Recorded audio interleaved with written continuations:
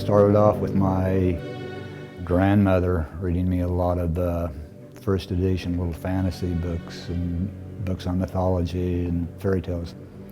I much prefer to do things that lets people use their own imagination. I want to kind of stimulate people to go, what the hell was he thinking?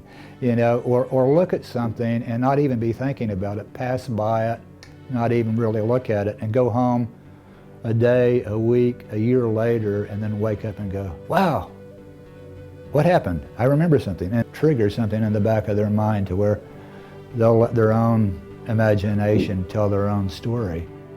Everything that you look at in the whole entire universe is based on energy, and you can't have matter without both positive and negative polarities. So you can't have a myth without there being some element of truth in it. May have been pretty well covered over the centuries or over the millennium, and then when somebody says, well, this is an absolute truth in present day, you know there has to be a lie buried in that. I also like doing things that have historical significance. My wife came up with the title of Albert Einstein, Mystery Solved, and up until his dying days, he was still trying to find a unifying theory to explain the universe.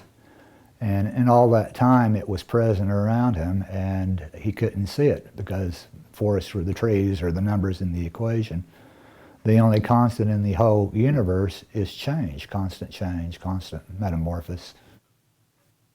Life comes from destruction, and from life comes destruction. So in war, it is its own paradox. There is no right, there is no wrong, it's only chaos. And so the original depiction of angels, or angel-like creatures from Hinduism, Buddhism to Judaism, were mostly male warring creatures. They weren't pretty little feminine fairies with pretty little white wings. And so I've known a lot of people that have gone through some really bad wars right in the middle of them and survived, and they always come out broken. They always come out silent. The ones that were in the worst battles never want to talk about them. So I wanted to try to portray something that showed the broken angel or the fallen angel of trying to do what was right, but yet ending up being the victim at the same time, trying to record what he was thinking and doing, and still being tempted by the coins in the corner of the picture where they like his payoff.